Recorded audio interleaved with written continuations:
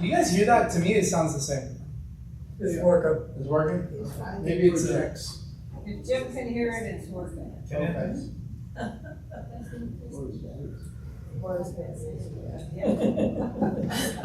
All right. If you guys would like, you guys can move closer to me. It's like I in promise I church. won't poke you guys or anything else.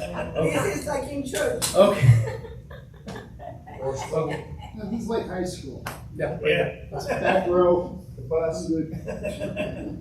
All right. We're gonna do I usually do a quick prayer, then we do the pledge. Okay. And then we'll get into it, and then I'll give you guys the rules of engagement, right? So if we can please stand. Lord Father, we thank you for this beautiful morning. We thank you for the people that are here. We thank you for all the great things that are happening in our city. We pray for our first responders. We pray that you continue to help us with all the difficulties that we're also going through. In Jesus' name we pray, amen. If we can please pledge allegiance to the flag of the United States of America and to the republic for which it stands, one nation, under God, indivisible, with liberty and justice for all. All right, so I see some new faces, which is great. I love it. You guys can please sit. Rules of my town hall are very simple. I do very little talking. I hear mostly from you guys what your concerns are. So this is my third year doing the senior town annual town hall. So whatever your concerns are, this is what I'm here to do. If you need a response, all I would need you to do is make sure that I have your contact information so I can take it back to our city manager and he can talk to staff so I can get you guys a response. So we can open it up to you guys now. I'll go down the aisles. Some of you already know how I do that, and just feel free to ask your questions. If I have a response, I will give it to you. If I don't, I'm not going to lie to you. I will tell you I don't have a response. Okay? Actually, we can use this one.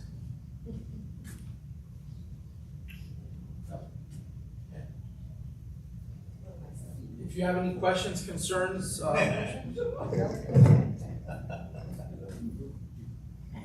it's a pretty open town hall. Mr. Mayor, what is the best way we as citizens of our city can help in any way to counter or diffuse a lot of the craziness that goes on in our city commission meetings? Is there anything in media or anything else we can do that could possibly quell the shrill voices and so forth that seem to keep us from settling into reason and a collective vision? It's a great question. And that one, of course, you respond because that's not a staff question. I don't know the full answer to that, right? I think a lot of, from the diocese perspective, a lot of it is us kind of growing up and acting more like adults, right? And trying to come together for the betterment of our city. As far as residents go, I mean, that's been getting so much better. I mean, residents usually come and, you know, you guys have rightful complaints, you guys, you know, have concerns, and I've seen the disrespectfulness kind of diminish a lot. Right? I haven't seen a lot of that keep going, but I think workshops help, you know, kind of help diffuse some of those issues.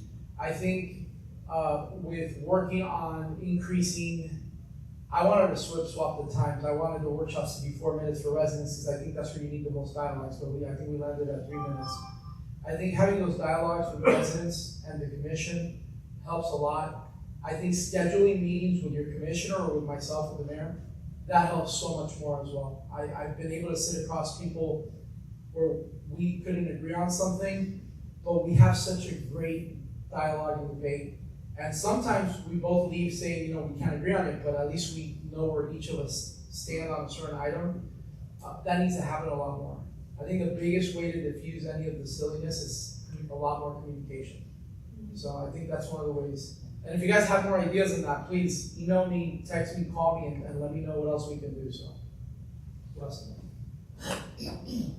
Just was in my heart just these past days, and this is this is a surprise for me because I was thinking that where I come from upstate New York, the city hall had every month have one day as a prayer breakfast meeting at the city hall.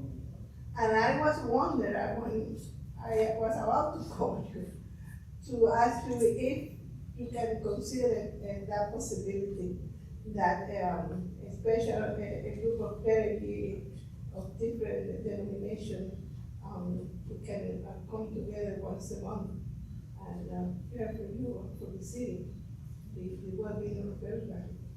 So I can tell you that we do have a group of folks that come and they go to City Hall because it's a public place and they pray outside.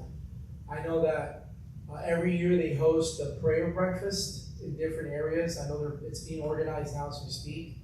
I don't mind participating in it, but as far as the city doing it, I know that one of the other commissioners organized a day of prayer, I guess, when the whole situation in the Middle East was happening, and the city is still currently in litigation.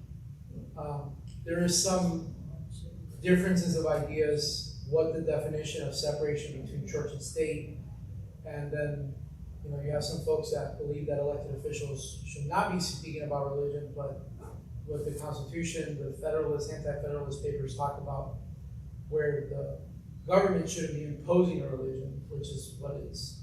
I mean, that's my interpretation of it. So I don't mind participating in it. I'm a person of faith. I don't shy away from it. I tell people, and I also respect the people that aren't.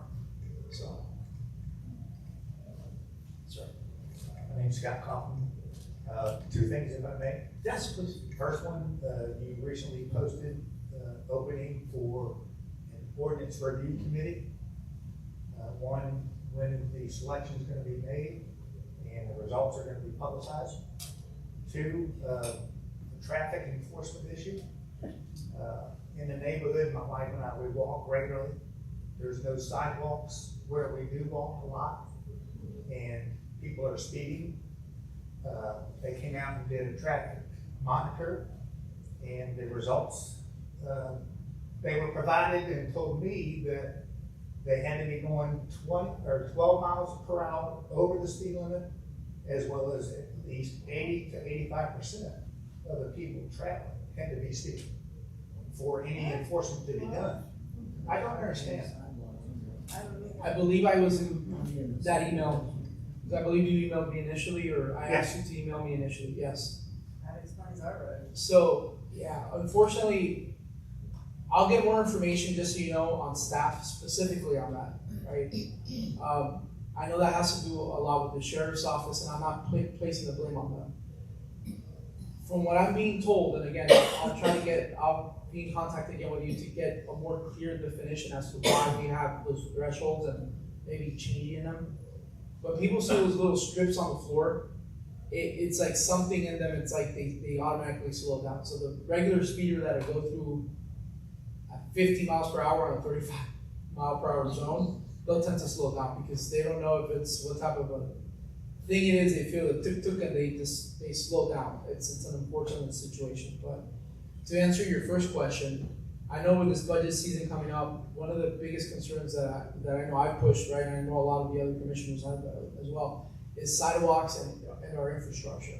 Whether it's stormwater, whether it's roads. As a matter of fact, I brought up just on Monday, making sure that we're not repaving the same roads over and over. And I understand the use determines that, but there's a gentleman actually just dropped off a name of a road. He's been here since 2007, I think he said. His road hasn't been repaved not even once. But a road that's right by his has been repaved like twice. So we're trying to figure that out. Okay, so sidewalks, I know we have a lot in the budget. I'm working on getting more grants through the state and the federal government because there are projects that you can use that for. On the CRA side, we can also try to apply some of that there. But let me get with the sheriff and with some of our staff to figure out why they're using that matrix or that formula to calculate that. I know personally, I brought in staff to obviously with the city manager's permission, to look at Fort Smith and, what's the name of that street now? Newmark. It's sometimes, depending on the time of day, you sit there for like, believe it or not, 30 minutes to make a turn. You have to go around the block and come in. It's faster, yes, so we avoid that street. But it's not only that one, if you drive by Portland Boulevard, going towards Doyle Road, people fly down there. There's a skate park right there with kids. People fly down that road like it's Daytona 500. So when you guys have those things, you'll send me the email. I usually send it to the sheriff. They'll do a speed trap for a few days, but that's a problem. It's a very momentary relief, right? It only calms it for, it doesn't even calm it for a week. It calms it for like a day or two, that's it. Speed too. So, I'm on East Cooper, okay. and a lot of kids walk that street to go to school, to school bus stops, okay? And I know for a fact people are going 45 and 50 miles an hour easy. And it's a 30 miles zone.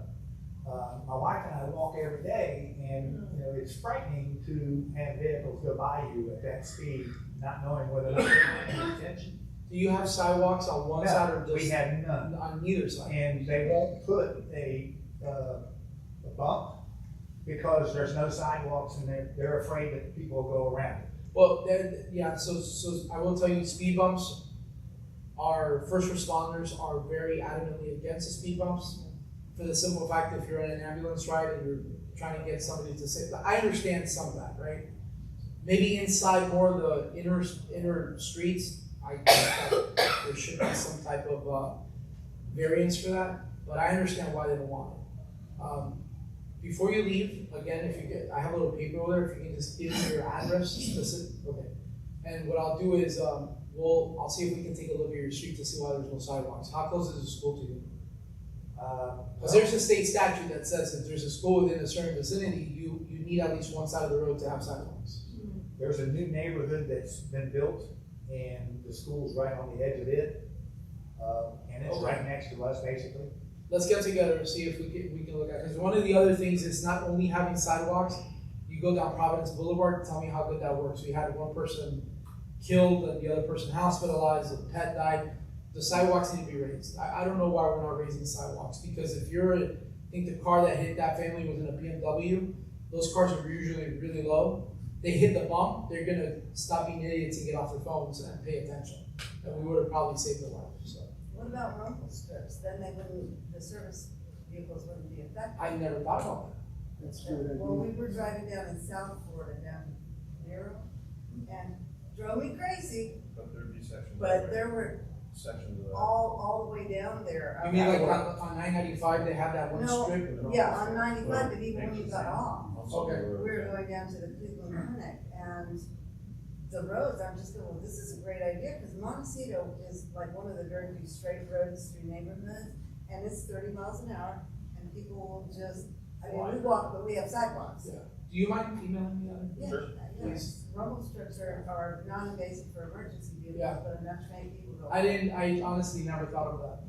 They're relatively cheap too, probably. Yeah. Okay. Mr. Pesh. Well, we're about piggyback off of Mr. French's comments. City meetings.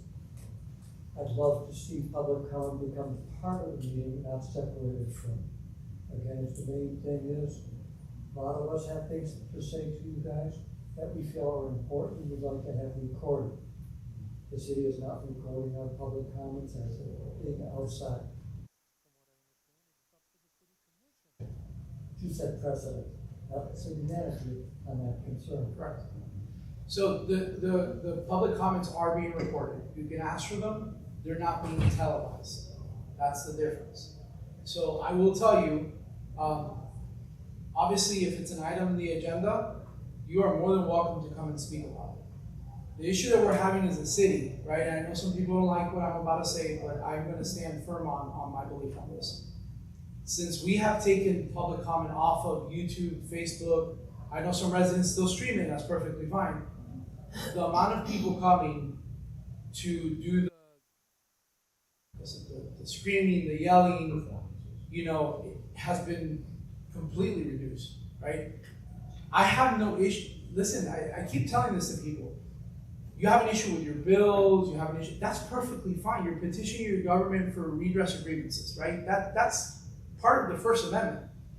But when you're coming to the commission, you're saying, you know, you're a streetwalker, you're trash, and you need to go to hell.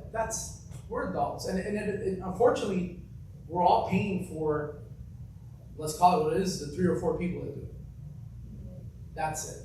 So I am seeing, even with the amount of people that I've been speaking with, I've seen more businesses, which is what I've been focusing on, commercial growth, want to come to the city of Deltona.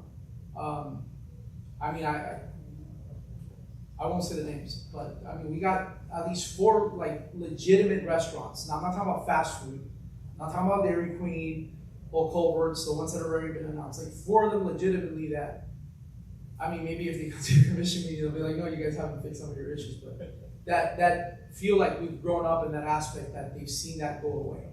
And that's just perception, because sometimes it's still there, but at the same time, I mean, I haven't seen you guys in a bit, but I know you guys watch, right? I know a lot of people watch. And people have told me, Mayor, it's gone a lot.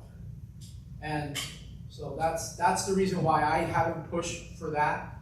I have pushed for it to be recorded. So they are recorded, you just have to ask for them as a public record. That's it. I appreciate that.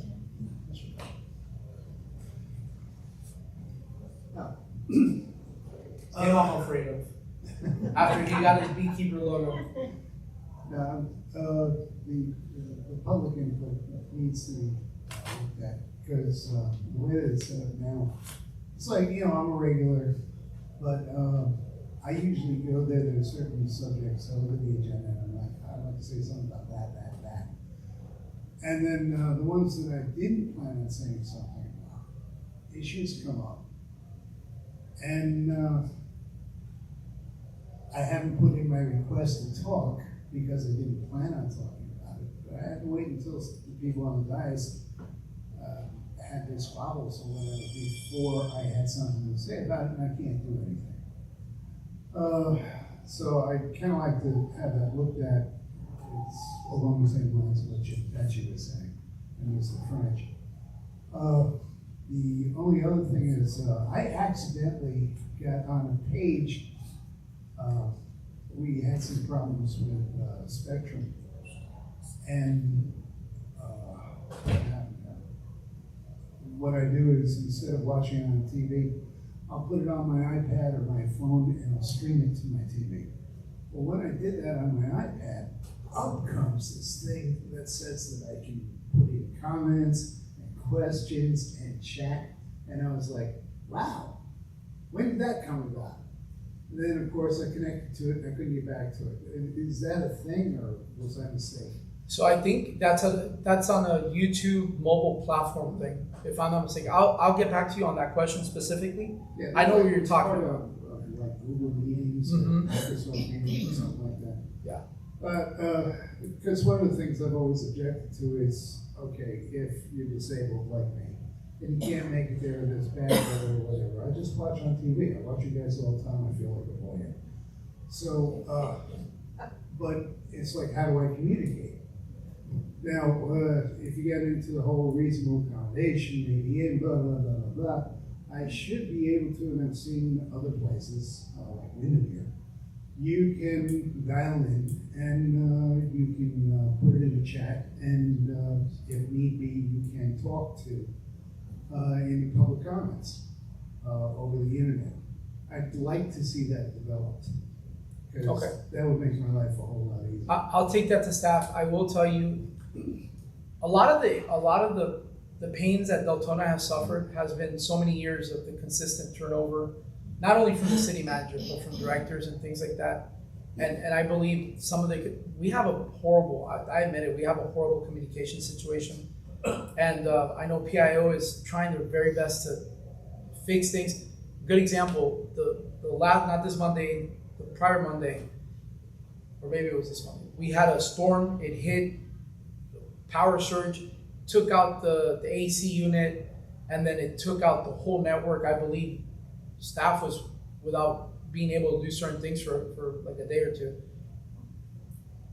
we just need, with the stability that we're having now, and I hope we continue to have, that all those things should be kinked out. But to your point, we also need residents like you to say, hey, I stumbled on this. Is there a way you can tell us as a community how easy could it be, or a direct link to get in there, how we can communicate? And then if you do have a question that you would like asked, how can that be done where you can put it in as a part of your accommodation and the question can be asked? And the other thing I was wondering was, can somebody take a look at the way that they're constructing the roads? I have a friend who did almost all of the retention ponds in Volusia County and did a lot of roads too. Matter of fact, he built a good portion of Howland Avenue. And whenever he's with me, we're driving around, he starts pointing out how they cheapen materials on this, which is why that's happening. Like that intersection where the McDonald's is, where the hospital is, up near I-4 in Howland. By Graves. The entire, before they repaved it, the entire top layer was shifting. And he told me why it was shifting. It's like they didn't put down tar before they put it on. We've noticed a number of times over the years, these bevels, wherever we have a drain inlet. And that's because when they put it in after they're done, they're supposed to tamp down the road. That's why they have steamrollers. That's also why they have little mobile units that just bang the sand off. It's hard to get. I take a look at like in my front yard. When I first moved in, I had 3-inch rock on tar. And it was solid as rock. Nothing ever happened to it. 8 years later, they finally paved my road. And since they've paved it, nice brand new road. Kids used to come from far and wide, roller skate down there. And what happens now is it's cracked all over the place. Mainly, I think, because of the garbage trucks. So that's why I'm wondering about the quality of what they're doing when they put these roads down. Because like, okay, where I grew up on Long Island, we had Hempstead Turnpike. It got 1/10 the traffic that Howland did, but it was basically the same road, two lanes each side. They never had to repave that road. Yeah. But Howland's only been there for like what, 8-10 years, and it's falling apart. Now that, to me, that reeks of somebody skipped a step. That's why I kind of like to have somebody take a look into that and find out, well, what are they not doing? I'll get with That's Public cheaper. Works. I'll get with Public Works so we can get with the county, because that's a county road, to see what the procedures and processes are using to do that, to do specifically Howland. And then Public Works can obviously tell us what they're doing for the other roads. So, I mean, I know there's ways to get things fixed. I mean, everybody here remembers, I know it's long forgotten. If you drive on Normandy between Saxon and Providence, at points you would lose your transmission. That the whole discussion was with the former prior city manager was that whole road needed to be ripped out and needed to be redone, and it was always a thing for years. And then we finally sat down, and that was my discussion with Chisholm. Could we stop using excuses? Like, what is it that we need to get done? And all of a sudden, I get a call one morning and say, hey, can you come? And I'm sitting there and I'm seeing them redo the thing. I saw the guys out there tampering the floor down. They didn't have to rip anything up. It was just a petty project from a different city manager who wanted to rip the roads up. Well, it wasn't really necessary. So I'll ask them what the procedures are. Last issue. Yeah. We have certain areas that get the grass mowed on contract, right? I can ask. I believe we do have contractors, and then I believe we have city staff. What do I have to do in order to get a look at those contracts? I can ask to see it shouldn't be an issue. It should be public record. Everything with government should be public record. Yeah, because they're usually, like every 9 days, they're supposed to be cut and stuff like that. But there's some spots where I guarantee you, Somebody's they're sitting for a month. Okay. So I kind of wanted to monitor that and put a little flame into the ass of whoever got the money for the contract. I think I can, I'll ask to see if I can get you that contract. It should be public anyways. Next. I have some The questions. lady. Oh. I have several questions. First of all, thank you for everybody coming out. This is nice. This is my first time attending. Thank you for coming. I have some questions regarding some flooding issues on Doyle Okay. and also on Cortland. Is there anything being done on this? I mean, this has been Yes. So Doyle, what area specifically? Doyle By the school? yes. Okay. So that road obviously it's a county road, but I will tell you, I can say this publicly, I've taken the initiative. I reached out to our county councilman, I reached out to a school board member, Mr. Colon, and a lot of residents don't know this, or a lot of people, I didn't know this. School boards are exempt from following certain building protocols. Doesn't mean that they're nefariously doing something, right? But that school put the retention pond in a wrong location instead of where it should have been. If you drive by there now, you should see it, because I drove by there yesterday. I trust but verify. I saw a big crane, there's a big crane there, and they're trying to fix that situation so it should not be flooding. I should be getting an update sometime next week from our county councilman on his side on if they're thinking of elevating the road, and because I think they have to go through a grant process. What part of Portland are you talking? Portland by, in between Doyle and Fort Smith. Okay, so that area there That too. lake right there, So there, I know which one you're talking about. So on Fort Smith, I know we received about $2 million for grant funding to elevate that road on Fort Smith. We're also waiting. From where to where? I'm sorry? From where to where? I can get you that. I don't have the information Okay. on, but I'll be more than happy to provide it to you. I know that our city's infamous for doing studies and then not moving forward. So when we finish with the study that they're currently on, there's things in place now which we're going to be forced to move forward on some of the situations that we have with our lakes. I'm not an engineer. My opinion is we should re-engineer our lakes so they flow better, properly. And then also, we only have one outfall, essentially. And the goal is, and this is, from my understanding from other commission meetings, we should have more than one outfall, right? So it's figuring that out. I know that currently the city manager is working with the county manager to see if we can redirect some of when we have heavy water, we redirect it to a different place. On top of that, we're working with St. John's River Management to make sure that we're able to continue to have the weir open when it gets to a certain level, and we can maintain it. There was a lawsuit, it's a long story, but there was a lawsuit that involved some folks with waterfront property. And I'll just publicly say, because she's admitted to it, one of them doesn't care if residents that didn't have waterfront property have it now. Well, I care. So, yeah, exactly.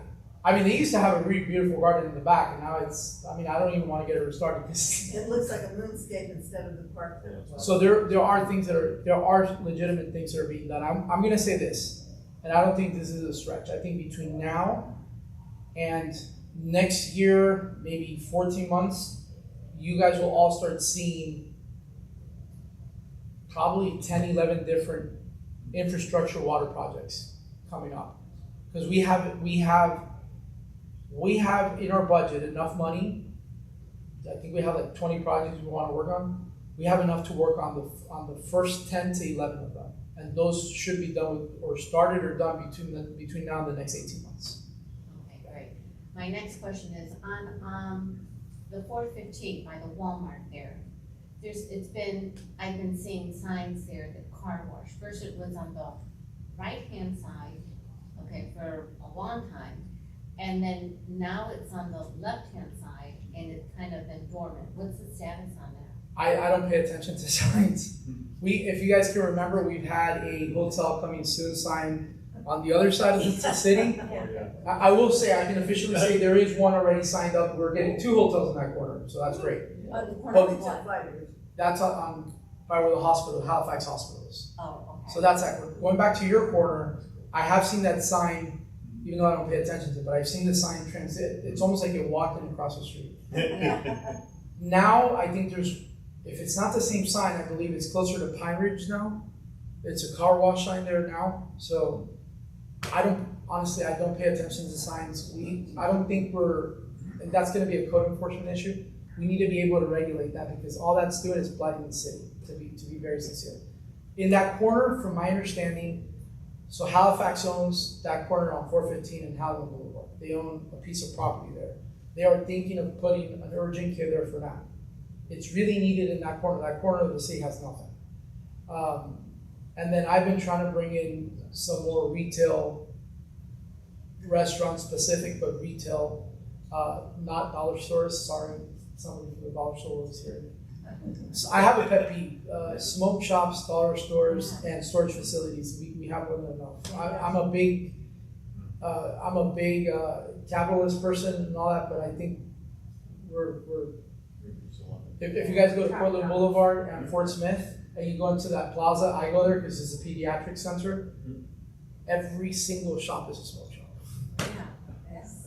I don't know how they compete with each other. Yeah, so do you see in the future, or in the near future, anything happening by the Walmart there on Howland at 415? There is. I would venture to say in the next 2 years we might see something. Right now the hospitals are kind of going into a competition war with each other. You have Orlando Health that's been trying to get in. I've been trying to, so I'm guilty of talking to them because I want to bring a children's maternity hospital specifically to Deltona. They decided to open a mini hospital in Orange City, so that's Okay, are they gonna continue building more apartments? That's going to depend on the commission. So I will tell you, I've been pushing commercial development, not residential development. In an area where a downtown could go or an uptown, whatever you want to call it, there could be some room for some mixed use, which means commercial, first 2 floors, whatever, and some residential on top. But full out commercial housing building like that, I don't think there's an appetite, not only from the diet, but from the residents. I know you can't disclose the restaurants as far as the names, but can you disclose the areas? Here's what I can do. Here's what the restaurants that I have pursued, right? And some of those are no longer being pursued because they've said no. And you guys are smart enough, you'll figure it out. And when they start popping up, then you'll know. So I will tell you the one and only fast food restaurant I've gone after is Chick-fil-A. 100%. Yeah. As a matter of fact, I'm gonna just step on it now and I'm gonna tell you we're gonna get a Chick-fil-A. I'm not gonna tell you where, but we're gonna get it. Okay. I've pursued Bahama Breeze. I've pursued Cracker Barrel. I know with all the crazy discussion, I know I have to. I pursued Cracker Barrel. There's been there's one that I really can't talk about, but I'm trying to think who else I can mention. We'll leave it there. You have an idea. Yeah. I can tell you that because we've lost them already. We were very close to landing Costco and Sam's. Really? Very close. As a matter of fact, we were probably going to get the Sam's because they moved from one area to another. Either where the hospital was or where that new Synergy place was because they left a little thing for a big box store. Just some people don't know how to just stay quiet until things are signed. So I worked on that 21 months. And now it's not going that far. It's going to unincorporated Volusia just on the other side. A sample. Yeah. It's public. They've already announced that they're going. And then Costco was considering coming to us in one of the locations Sam's didn't get. So they ended up just signing off with Seminole where the old mall was. So that they made that official too. So. Yeah. Wow. With the Sam's, the developer got really he got irate with the Thias and kind of told Sam's, I'm not going to deal with this anymore. Just go wherever you want. So. In what part of Volusia is that? It's right across. If you take Howland down and it starts becoming like a state road, it's right down that area. It's an unincorporated village. Where all the oak trees are now gone. Is that where they're going? That's probably where it's at. I don't have the exact address, but I mean, it should be public. We should be able to see where. Just, yeah, you can see.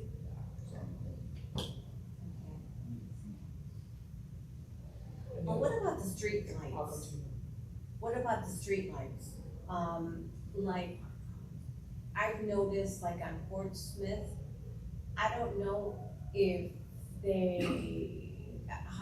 how recent have they, been looked at as far as for the brightness of the lights? I can ask, I don't know what it is. Cause they're not very bright. I know that there's a move for something called dark skies. I think I only heard one other person, which was former Commissioner Lully, mention it. But there's a move where lights down, not all over the place. I'll ask that question, I don't know. The most I've done with lights recently, I've been working with Duke and FPL to try to get our lights brought, or our power poles brought underground for the main thoroughfares.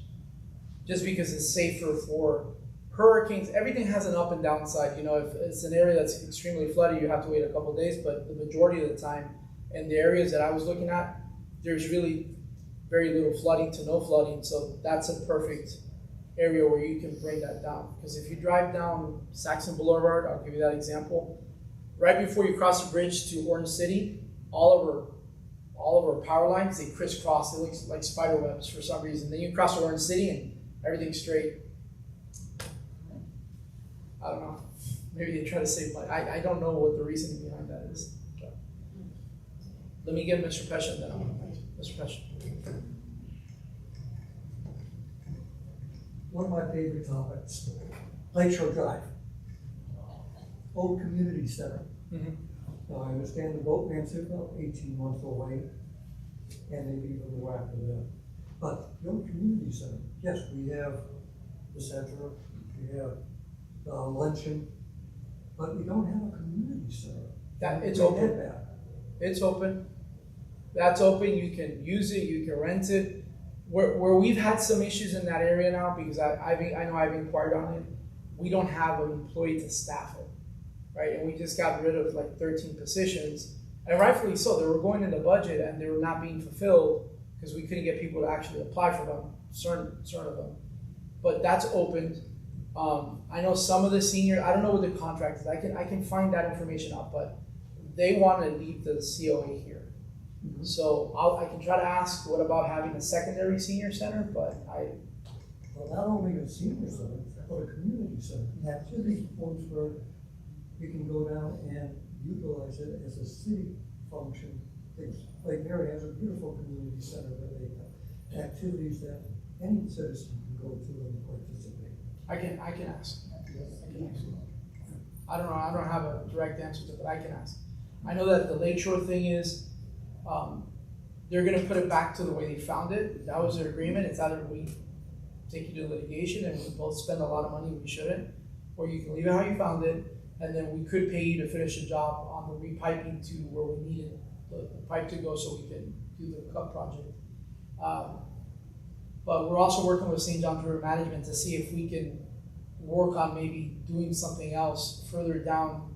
That boat ramp is so small, and that road is crocodile. It's a county road. There's not really much we can do.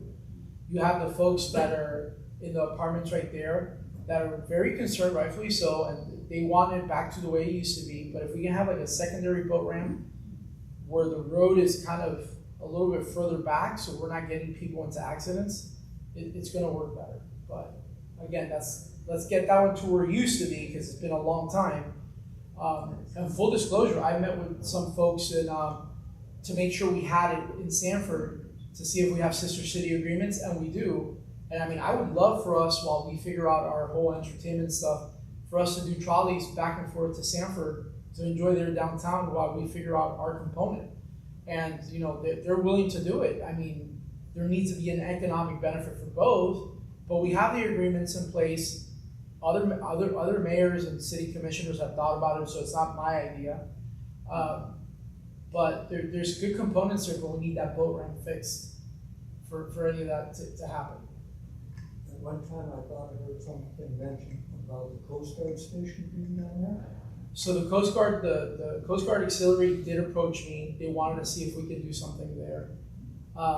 That's really not my call. It's a whole commission type of ordeal. I gave it to the city manager to see if he wanted to even put it on the agenda. The issue that we have is the boat ramp is closed right now. Before we even start thinking about the future, we need to take care of the president. So once that's taken care of, I'm sure that'll be brought back up. It's not a bad idea. It's a great idea to, house the Coast Guard there, whatever emergency we might have. They don't need a big space. And it could work even for if we end up having ferries coming in and out, you have the Coast Guard there. I think that would be a great attraction. I'll come back to you. Real quick on your code compliance office, is there, I don't know how they keep track of tickets that they, or warnings that they cite for the residents though? I talked with Doc and he was going to look into if there's a way that the city can put together a database where the residents could log into the .gov page or the Facebook page and see what tickets have been generated and their statuses.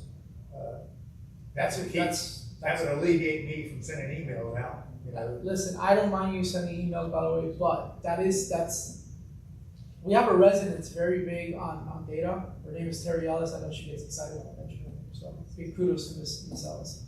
I know that we have like 2 or 3 programs that we're looking at for other things. So if that's a conversation we'll have with our city manager, I'll ask him to see where that's at. But I think that would be a great idea. As long as there's no legal ramifications and we're not disclosing people's actual addresses or whatever it is. I guess we just have to cover the legal basis on some of that. So. Okay.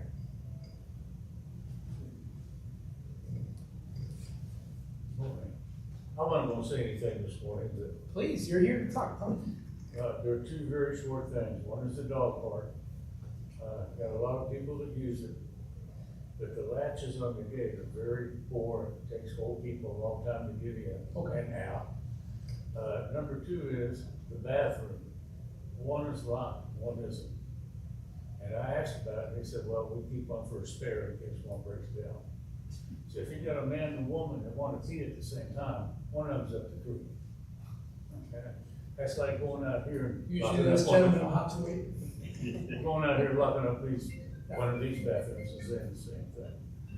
And 3 is to save Deltona some money about getting sued. Is you have dogs out there that they big bold. And old people like me have a tendency to follow them. Part of it's stupidity, I know.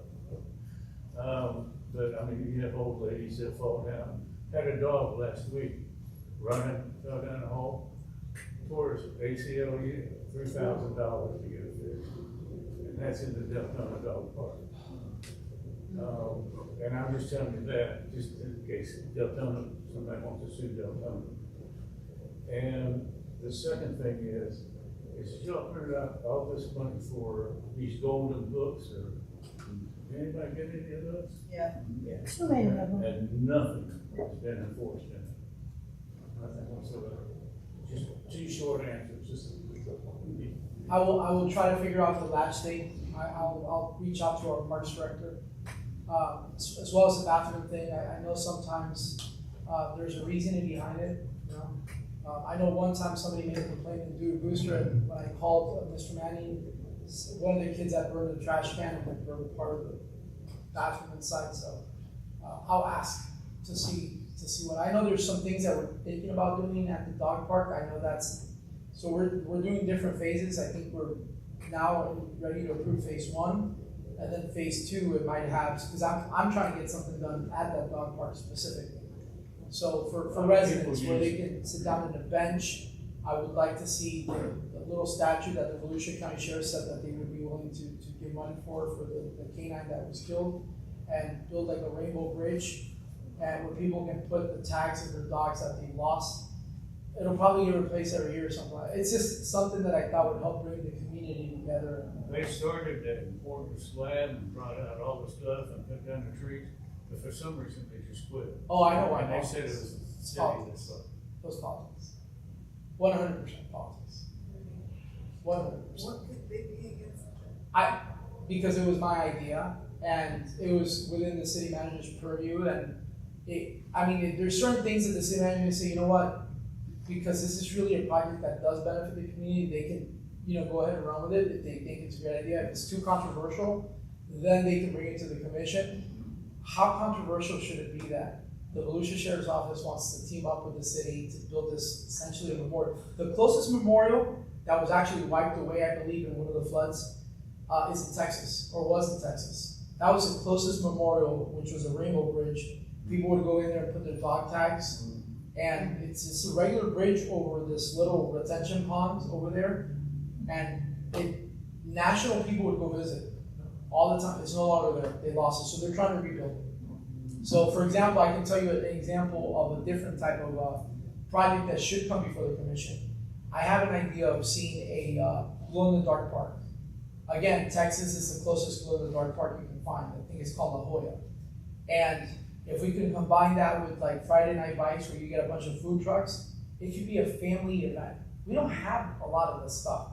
Parks and Recs and City Net, they're trying their best to do all these events, but little things like that will help bring the community more and more together. It's not really that expensive. LED lights are not expensive. So,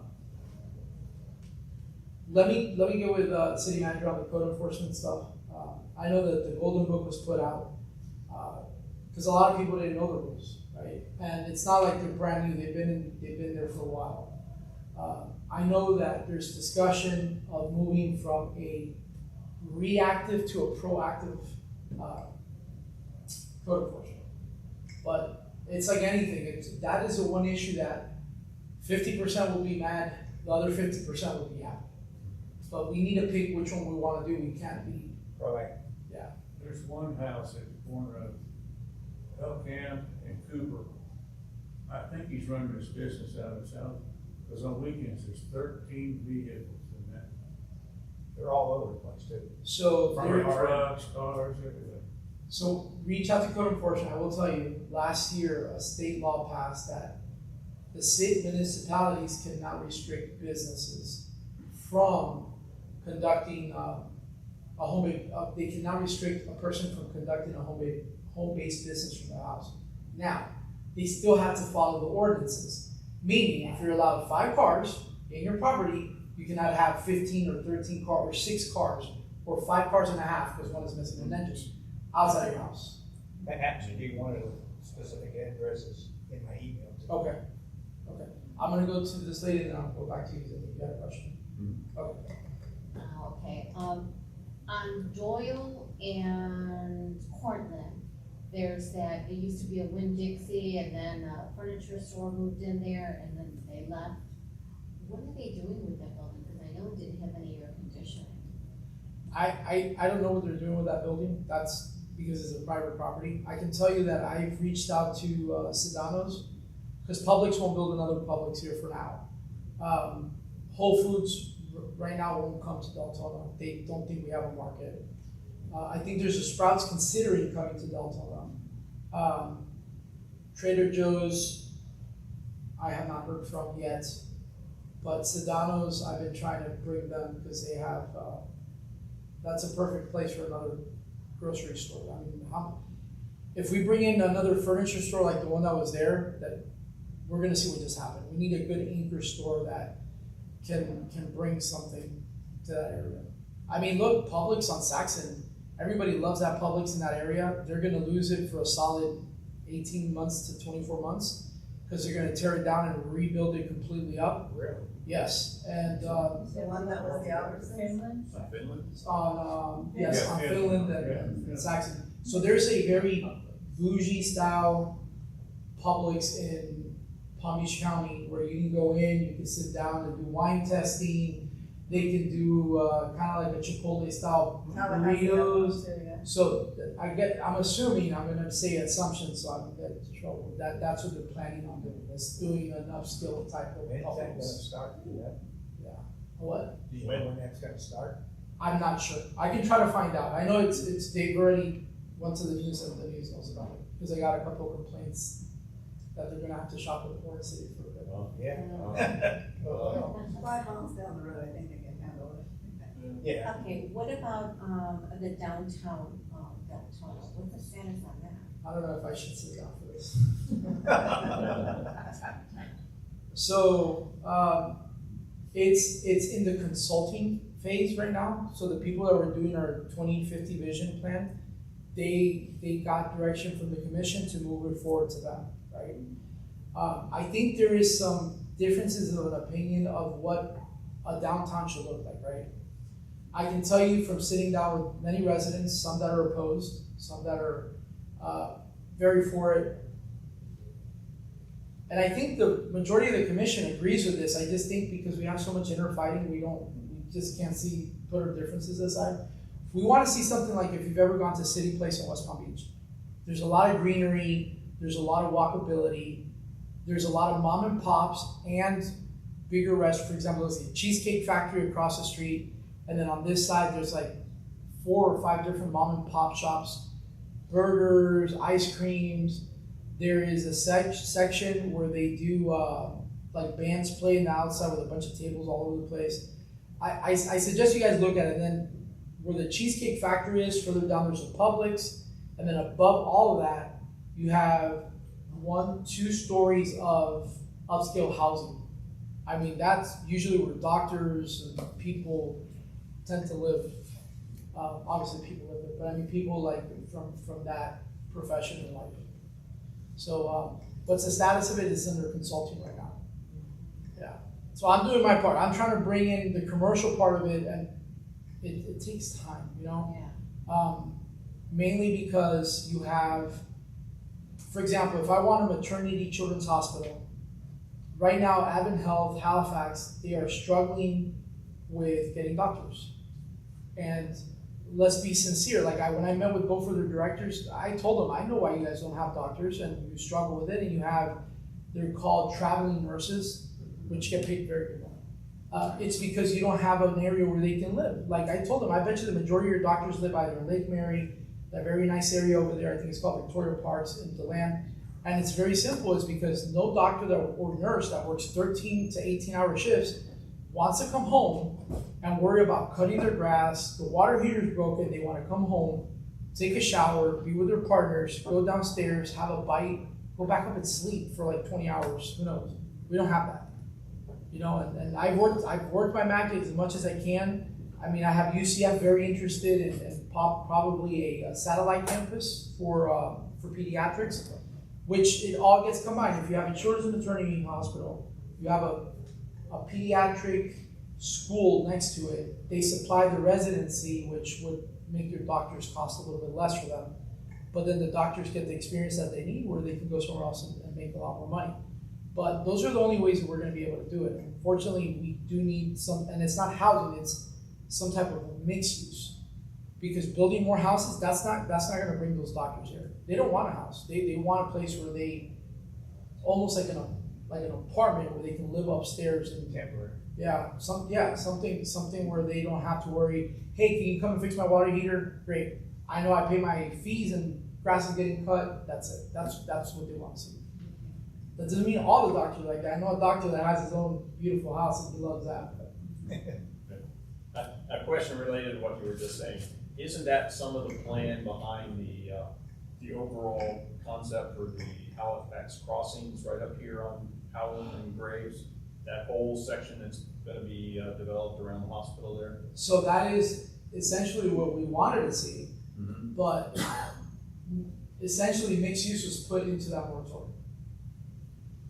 That's why I kept voting against it. It was because we are going to now affect commercial. So now we're shooting ourselves in the foot, so we can't get. And it was done on purpose for politics.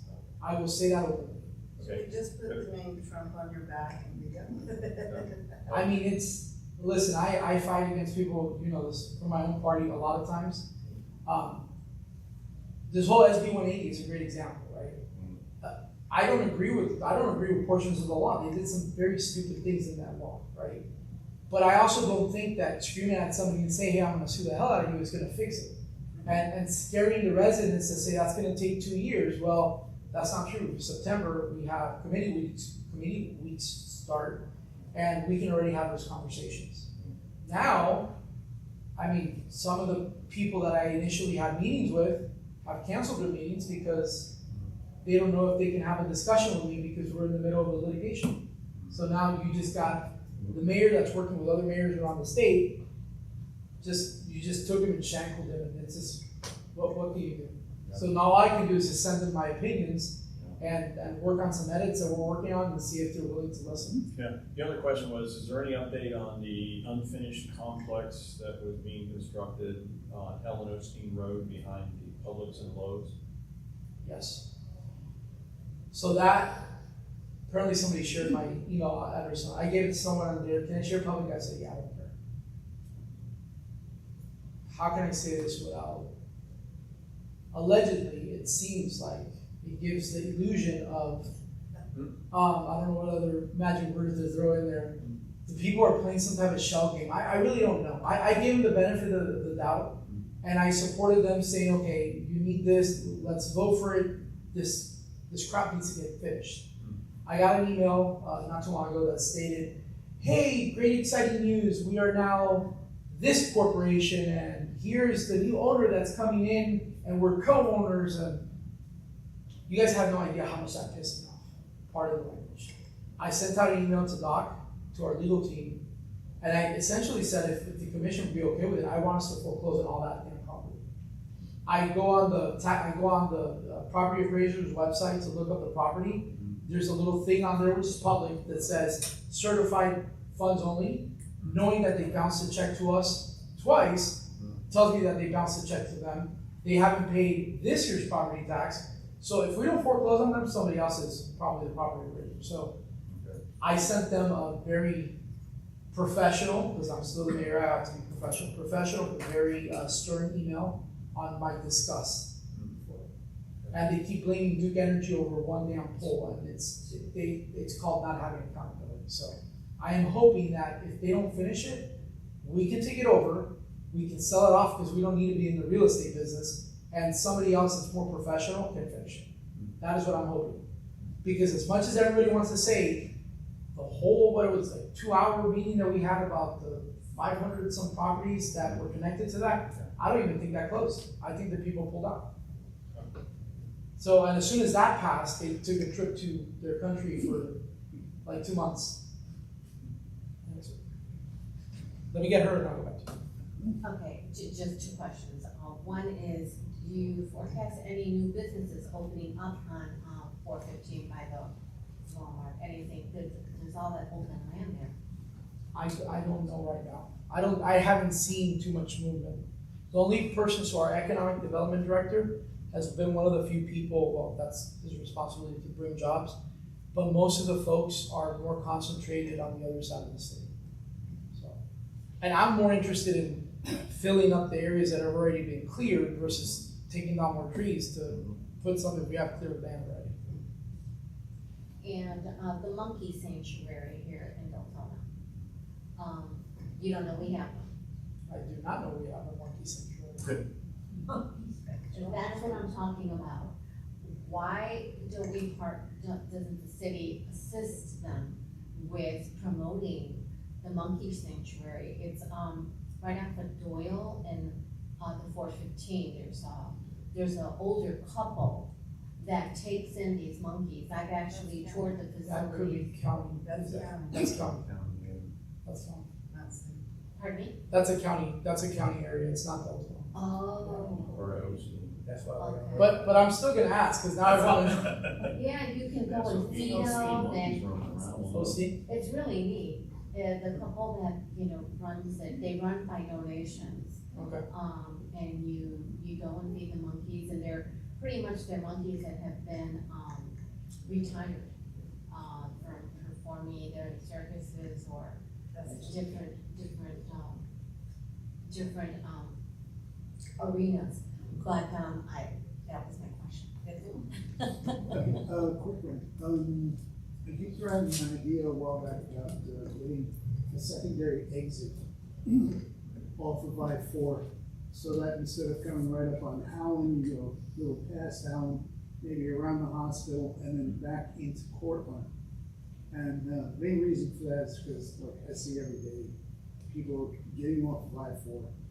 They come up to the racetrack there, and they're trying to get across 4 lanes of traffic to make a left-hand turn at the light, which really clogs things up. Then the only other place to make a left to get into that entire huge area back there is to go down to Catalina.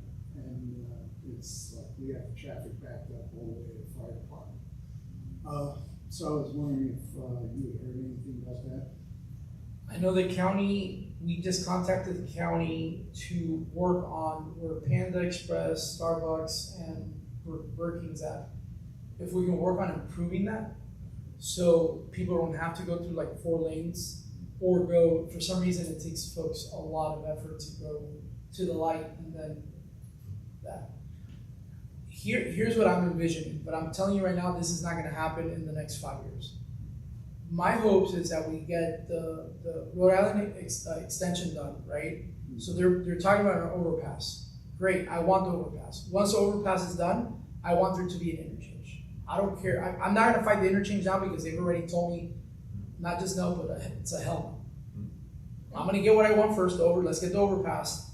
Because my goal in that is if we can get that overpass and then an interchange so the actual trucks for Amazon can just go directly into Amazon instead of coming into Saxon or into the other part of Howland, I'd be a happy camper. But right now we're just looking at the overpass. So I haven't heard the rest. Okay. The only other thing was, if you get a second after this, take a stroll up that walkway up there. Every single flower from every single wildflower that you see there, from one end to the other, once you get past the parking lot, were compliments of me, 20 Girl Scouts, my grandchildren, and my nephew. Oh, that's awesome. Thank you. I'll tap one more question and then When is the Starbucks gonna open on Portsmouth and? I don't have an answer to that. I don't, I'm sorry. They're all the outside is done. There's a little crane inside, which I don't know how unless they have a bigger door, how they're gonna take it out. But the inside is not complete. So the inside is just wires hanging down and the flat, I guess the slab that's there. The outside is done, but the inside, they're still working on it. So I can try to get an answer. I'm going to assume another month, maybe. Because they've been working on that Starbucks very quickly. Yeah. So I know there's also another, I think Coquille Bakery is thinking of buying that old, I think it was called La Familia, Oh, yeah. right there. They're gonna have a bakery? They're thinking of opening their other location there. So this is a great example of how a mom and pop shop can compete very effectively against a big corporate entity. So they're gonna be vibing off each other and kind of, gaining each other's people, because you're gonna have some people that like their coffee or their pastries, and then vice versa, some people that like their coffee but want to eat the pastries over there. So What about this, the grocery store there on Howland, that just closed? the what? The Save-A-Lot. Is Keys going in there? So Key Foods is going in there. They I don't know if they've submitted a plan. I know I spoke directly to one of the owners, Tony, and he told me that he is trying to see if they can take advantage of that whole space in that plaza and to be able to go there, which would be great because right now it's blight, it's empty. Yeah. So, and I know they finally painted that plaza. Maybe it was a change in management, not a job at anything. All right, guys. What's Thank the you so much. Grocery store, obviously, never heard of that chain. It's actually